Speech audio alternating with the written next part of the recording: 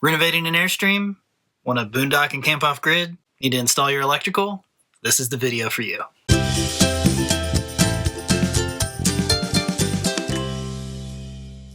We've had a chance to use this all over the country, up in Canada, boondocking, moochdocking, and now we're on our own off-grid homestead in the middle of the desert, and we're still using it every single day, so we know it works. We're a family of 6 living in a 220 square foot Airstream. We have 900 watts of solar, 400 amp hours of lithium batteries, and a 2000 watt inverter. In this video, we'll look at how we installed everything from wires to connections to fuses to relays to switches to everything in between. There's so many things in between. Also, be sure to check out the blog for this video. It goes into even more details with illustrations and links and information about how we installed our power system. As you can imagine, writing, recording, and illustrating all this information was a Herculean task. We'd like to thank Samlex America for sponsoring this video and giving us the time to really dig deep and get into the nitty-gritty details. We've been using various versions of their PST inverters from the start, and they've been fantastic. They also have a new Evolution series that combines your inverter, charger, transfer switch, and more into a single unit. Let's just say I could have massively simplified my setup with one of these. Or as I'll probably say multiple times throughout this video, should have gotten an Evo. Anyway, thanks Samlex America for making this video possible. If you're visual like me, you'd probably like to see what all these pieces will look like connected together. As part of this deep dive, we created an illustrated replica of our own wiring setup. We'll be referring to it throughout the video, but if you'd like a vector PDF that you can zoom in on and see every glorious detail, make sure to use the link. The hardest thing about an electrical setup in a trailer is that it's a very circular process. You could start with your batteries, or with your inverter, or with your solar panels, but eventually they all have to work together. The key is to have a plan. Plans. Why do we have to make one? Well, a bunch of your wires may end up behind your ceiling panels, or maybe they're run along the floor inside of cabinets, or maybe they're run somewhere else. But the reason you need a plan is that you have to know where your appliances are going to be, where your switches are going to be, where your lights are going to be, and where all those wires need to be run before you put your trailer back together. Then there's all the other wires you may not have thought about for things like the radio, tank sensors, remote displays, thermostats, cable, internet. We'll get to that in a minute. There are a number of ways that you can draw this out, from programs like SketchUp to just a simple gridded pen and paper. The key is to know what major appliances go where and how much power they're going to use. Then you can start planning the best way to run each wire and what gauge each wire will be. Here you can see an early floor plan design where we grouped all our lighting and began to visualize where major appliances would live. The biggest downside to 12-volt wiring is how length and amps affect the thickness of the gauge you need to run wires safely. If you were to put in an undergauged wire, the increased power draw could cause overheating, appliance failure, and even fire. Tiny wire, too much power, equals boom boom. Make sure to check out the chart in the article for guidance on how to size your wiring. Math. Here's a quick example. Let's say you've got a furnace that draws 5 amps. Here's the catch though, all of your power gear is up front and the furnace is on the other side of your front door, which means that any wire that goes to it will have to go up into the ceiling and come back down near the batteries. So what would have been just 6 feet long is now 30 feet. Based on the chart, you need to run at least a 12 gauge wire to safely run the furnace. That's also right at the limit of what that appliance draws. What if it surges? Or what if you wanted to group something else on that same fuse, like some lights or maybe USB chargers? To give yourself maximum flexibility, we recommend at least a 25% buffer. So go ahead and gauge up a wire size or two. It's a little more expensive, but trust me, in the long run, you're going to want to have that headroom. You should also keep in mind your trunk connections, which are the short, thick wires that will connect your batteries together and run to your inverter, converter, and charge controller. These are often in the aught territory. For instance, our 2000 watt inverter should have at least 2 aught cabling, and a 3000 should need 4 aught. That's huge. Make sure to keep these connections short and the cables thick so that you don't have any voltage sag. But make sure you check your manual for your specific installation. As you run your wires, it's super important to label everything. We use these wire marker labels and it was such a huge help. Also a huge help, buying color-coded wiring. On a 12-volt system, use red for positive, black for negative, and green for ground.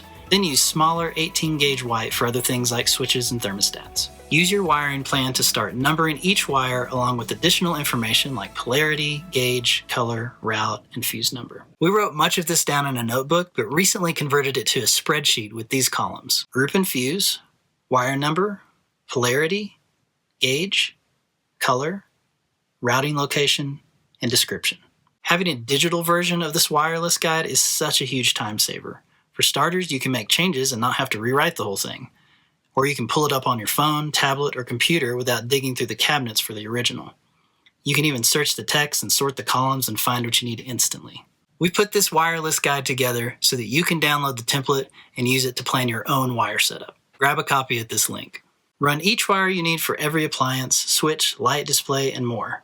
Keep watching, we're going to cover additional wiring you might need besides power next. For safety reasons, you don't want to just jam all your individual 12-volt lines together in one big wire nut. You should already have a good idea of how much electricity each wire will be using based on how we gauged them before. So then it's just a matter of deciding which circuit things should be on. An easy solution is to put each major appliance on its own fuse. For smaller draws like LED lights or USB chargers, you can combine them or group them into a single fused circuit. The fuse size will depend on how much you expect everything to draw at its max capacity. The fuses make sure that if an appliance or USB plug were to go bad, have a surge, or start using too much power, the fuse would pop and stop supplying electricity to everything on that line. It doesn't happen often, but we've definitely had fuses burn out, so it's really important to have that extra layer of protection. To wire this up, you run a positive line off your battery through a 50 amp breaker switch and onto a fuse block. Then you'd connect the load lines from each group to a spot on the block and fuse them appropriately. Not everything will be 12 volt in your renovation. You'll likely have appliances like an air conditioner, hot water heater, or microwave that run on regular 120 volt power, not to mention household receptacles for plugging up computers, blenders, and more. Most Airstreams already have shallow receptacles in the wall, but you may need to install even more Romex behind the skins if you plan to add more. Otherwise, just do the same planning and use cabinets to hide the lines. Because these wires carry high voltage, you don't have to worry as much about amperage drops over long distances. Standard household Romex should work just fine in your tiny trailer. Like your house, make sure to use breakers for each major line, likely a max of 15 or 20 amps each. We kept things simple and used the original breaker box from our old Airstream, which only had 2 breakers, one for the air conditioner and one for the receptacles. If you have additional appliances that will run on 120 volt, then add as many breakers as you need. The breakers are a more robust version of the blade fuses you used on your 12 volt wiring. Should that line or appliance pull more than 15 or 20 amps, it trips the breaker to avoid causing damage. One more thing to note, because of the high voltage, any junctions need to be self-contained in a junction box and clamped in place, just like they would be in a house. Oh, did you think you were done running wires? No, my friend. There are plenty of other things in your trailer that all have their own proprietary cables that you'll need to keep track of. Again, planning ahead here is really important. Here are some of the things you don't want to forget about. Audio deck. We connected a digital car audio deck to the speakers in the trailer. We just needed to run power cables, speaker cables, and an antenna cable. TV antenna. We don't have a television, but made a conscious decision to install a TV antenna for a few reasons. The first is that we use the raise, lower, and turn function in conjunction with our directional cellular internet antenna so we can point directly at a cell tower and get the fastest speeds. The second is that TV antennas also boost radio frequency bands, so our audio deck antenna cable is actually plugged right into our TV antenna with a special adapter. When we turn the antenna booster on, we get a huge difference in radio signals. You'll need power cables, an antenna cable, and a Motorola to F connector. Tank sensors. Want to know how full your fresh, gray, and black water tanks are? Tank sensors are a great way to get a quick check. Usually the monitor comes with the wiring, but you just need to remember to run it from each tank to the monitor, and there may be a grounding wire too. Switches. Want to remotely control things like lights, appliances, and more without pulling fuses? Switches are your friends, but they can bring additional complexity, so use wisely.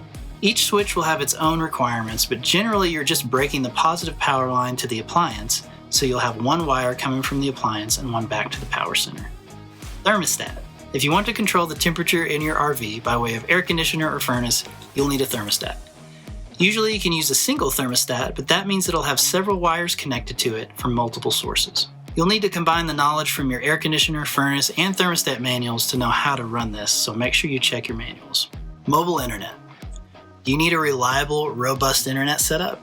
We've got you covered. You can check out our detailed guide at tinyshinyhome.com/internet. Since we're talking about running wires, let's take a look at what cables you'll want to plan for if you're installing an internet setup. Directional antenna. This is attached to our TV antenna and uses a CA240 antenna cable run through our refrigerator vent to our cell signal booster. Omnidirectional antenna. This is mounted to our roof and also uses a CA240 antenna cable run through our refrigerator vent to our cell signal booster. Omnidirectional Wi-Fi antenna. This is mounted to our roof and uses a reverse polarity CA240 cable run through our refrigerator vent to the router to provide Wi-Fi outside of the Airstream. In addition, you'll need 12-volt positive and negative power to the cell signal booster and router, plus a way to run the internal cell booster antenna close to your phone or hotspots. BMS display. Your BMS or battery management system will likely have a way to connect a display so you can see your battery capacity and usage. Ours uses a simple video cable and momentary switch wires to page results on the screen. The display is also hooked up to its own 12-volt positive and negative power. Of course, your setup could be totally different. Be sure to check your manual for the wires you'll need to run. Solar charge controller display. We have a separate IPN Pro Remote display for our Blue Sky solar charge controllers. This not only lets us see exactly how much power our solar panels are putting out, but gave us crucial programming abilities to set up the chargers to work properly with our lithium batteries. We needed a data cable and a shielded cable to connect to the shunt, but check your specific manual to see what wires you need. Inverter display. Getting to and turning off our inverter became a pain in the butt, so we added this remote switch display. It also uses a simple data cable and was super easy to install. When looking for ways to connect our 100 plus wires together, we wanted to find a way that we could safely junction them and always have access to them. It was also important that everything was clearly labeled, numbered, and safely junctioned. In other words, we didn't want wire nuts and electrical tape everywhere.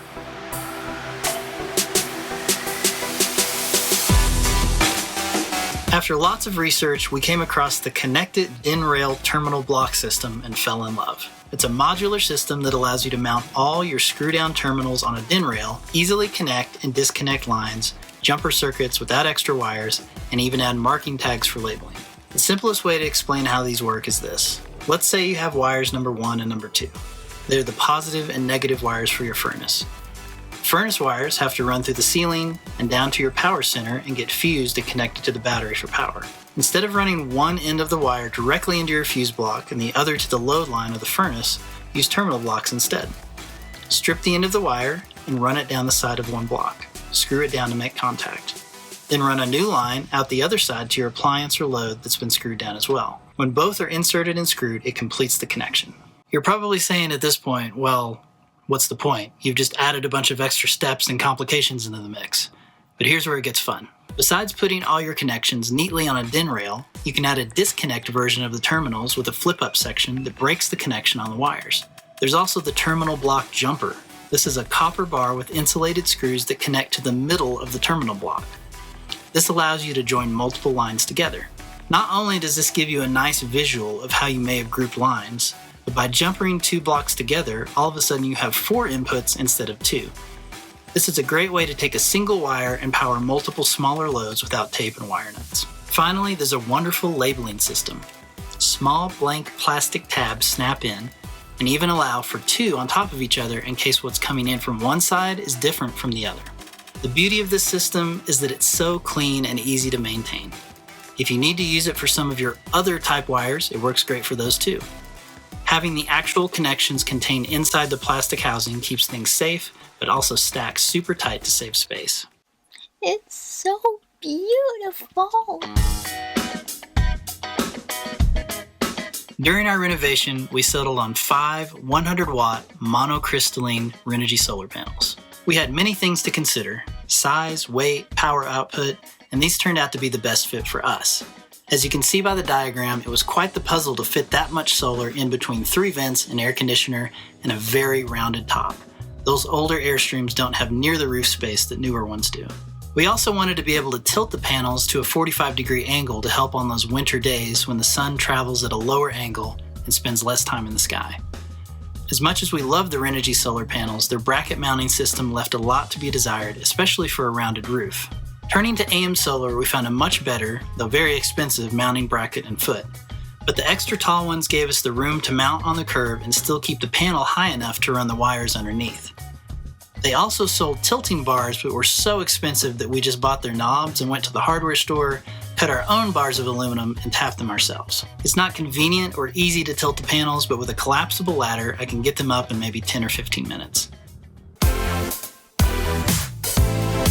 With our roof panels, we ran them in parallel so each positive and negative wire coming from the panel go directly to a distribution block. All the negatives go together and all the positives go together.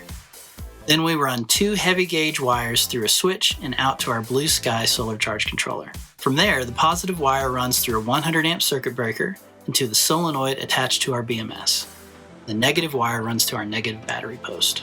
The Airstream has a lovely refrigerator vent that we were able to run the cables down without cutting holes in the roof. We did make sure that they routed down the side of it and then back up into the vent so that water couldn't run down the cables inside. Then we added a plastic bracket to make sure the wires wouldn't rub through their insulation on the aluminum corner, and a custom wood bracket to keep the wires nice and tidy as they run down the wall. We may be a little OCD. A couple of years later, we added 2 200-watt Renogy solar suitcases. They're basically the same panels on the roof, but joined together with hinges, legs, and latches. This gets us 400 more watts for a total of 900 watts, and allows us better sunlight gathering, especially in the winter months. To easily connect and disconnect these panels, we used a weatherproof 12-volt plug and receptacle and installed it in the Airstream during the renovation. In order to use the single plug for both panels, we connected them in series and made sure to match up the positive and negative wires on both pieces. Unfortunately, our original solar charge controller could only handle 40 amps max, so we had to get a second unit and run the wires the same way. The cool thing about the Blue Sky solar charge controllers is that you can daisy chain them together. The first one that is connected to the IPN Pro remote with the additional programming is the primary controller, and the secondary controller inherits all those same settings. The remote display shows the combined total of both charge controllers as if they were a single unit. High five. Are we done yet? Almost. Stay with me. We are fully on board the Lithium train. If you plan on using your batteries full time, they're worth their weight in gold. Besides huge space, weight, and usability savings, they also don't have to be vented to the outside, and this opens up a lot more possibilities for storage and where you can actually put them in your renovation.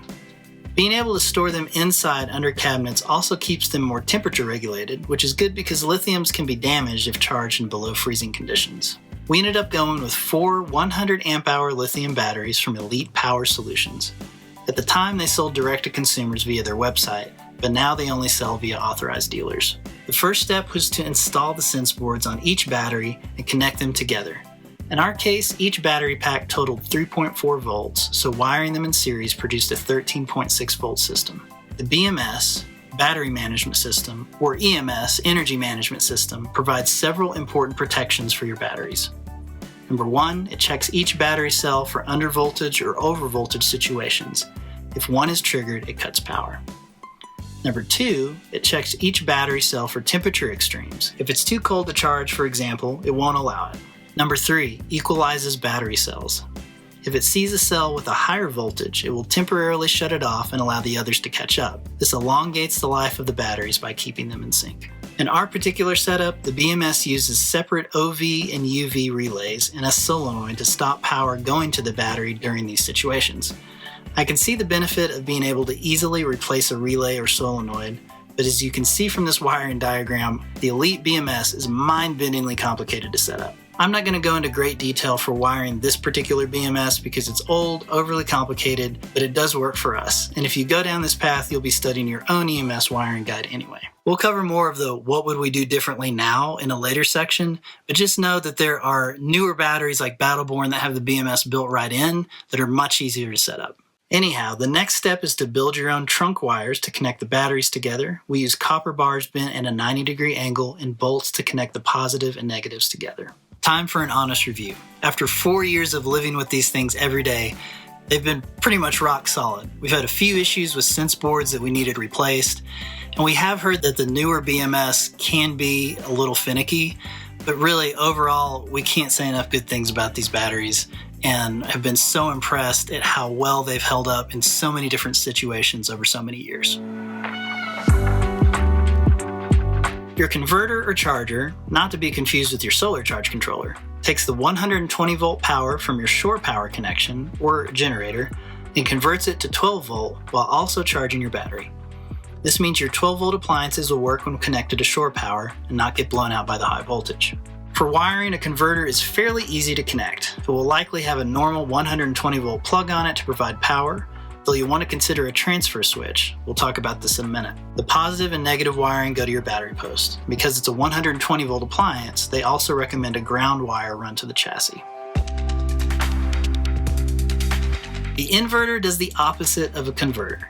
It allows you to run household or 120 volt appliances off of your 12 volt batteries. Making sure you have a high quality, clean power inverter is important if you're using any expensive electronics like computers or televisions or blenders. We started out with a Samlex PST 1000 watt inverter and upgraded to a 2000 watt inverter a few years later so we could run our new Vitamix. Samlex is sponsoring this video, but truthfully their inverters have always provided us with rock solid power and protected us when we did stupid things like tried to run stuff that it couldn't handle. Our only complaint was that it was hard to get the switch to turn off at night when we weren't using it. Inverters can use a lot of power when they're not actually running anything, so we wanted to save power overnight. We fixed that with their remote display a few years later, and now it's easy to shut off each night. Wiring the inverter is also pretty straightforward. The positive and negative lines from the battery provide power, though you'll want a large A&L fuse on the positive line for protection, and a ground wire is also recommended. Then the Romex or 120 volt wire needs to connect to your other 120 volt wire,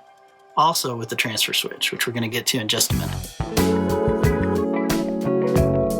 Okay, you're probably wondering about this transfer switch. What's the deal? Think of it this way. When you're plugged into shore power, your 120 volt system is automatically powered and your converter needs to take that power and convert it to 12 volt and charge the batteries. You won't need your inverter, and frankly, if you're inverting and converting at the same time, you've got a serious power loop going on. So a transfer switch will turn off one or the other depending on your situation. You can see from the illustration that your shore power wires go into the transfer switch, and then out of the switch you have 3 additional lines, one to your breaker box, one to the inverter, and one to the converter. Or you could just get a Samlex Evo unit that has a converter, inverter, and transfer switch all built into one unit and make it way easier. What would we do differently? It's a great question. Our system's 4 years old and there's a lot of new and different things on the market. So we're gonna look back and see if there's anything that we would change if we were gonna do this again today. A bigger battery bank. Always, right? 400 amp hours is what we could afford, but 600 or 800 would have been amazing. A simpler battery setup. Have you seen the EMS diagram? Holy smokes, it's so complicated. Battleborn batteries simplify this process a lot. The BMS is built directly into each battery. There's even a whole movement repurposing electric car batteries into 48 volt systems. I'm not 100% sure which way we'd go if we had to do it again, but we definitely look for a way to simplify things. Now that we've moved to the wide open spaces of Arizona, we've started to hear more about indirect lightning strikes affecting gear through solar panels. Many electricians recommend adding a lightning suppressor device, or SPD, that will absorb any massive energy surges and protect all your electronic gear. We're doing more research on this and we'll update if we decide to add one. So here's the thing. Samlex America, the maker of our inverter, graciously agreed to sponsor this video so that we could do a really deep dive on the installation. When we were talking to them, they told us about this new product called the Evo or Evolution that combines all of these different things into one single product. 2 separate AC units for shore power and generator, adaptive battery, converter and charger, synchronized transfer switch at 0 crossing, high surge inverter with active power boost, and input for solar charge controller. I know they're the sponsor, but seriously, look at that. I really should have gotten an Evo. It would have made my life so much simpler. One caveat for these though, they have a max of 50 amps for the solar input if you want to use that feature. So in our case, we actually pump in more than 50 amps sometimes, so we couldn't use it. But if you have a smaller solar array, totally would. If you need to find links to everything we bought for our install, make sure you check out the shopping list section of the article. And if you want an easy way to calculate how much your entire Airstream renovation might cost, check out our Airstream Renovation cost calculator. Whew, you made it through. Congratulations. You get a high five and a cookie. We hope that between all of the words and the pictures and the videos and the electrical diagram and the wireless guide, we've given you enough tools to be able to go and install your own power system in your Airstream renovation. Let us know if you have any questions in the comments, and we'll see you next time.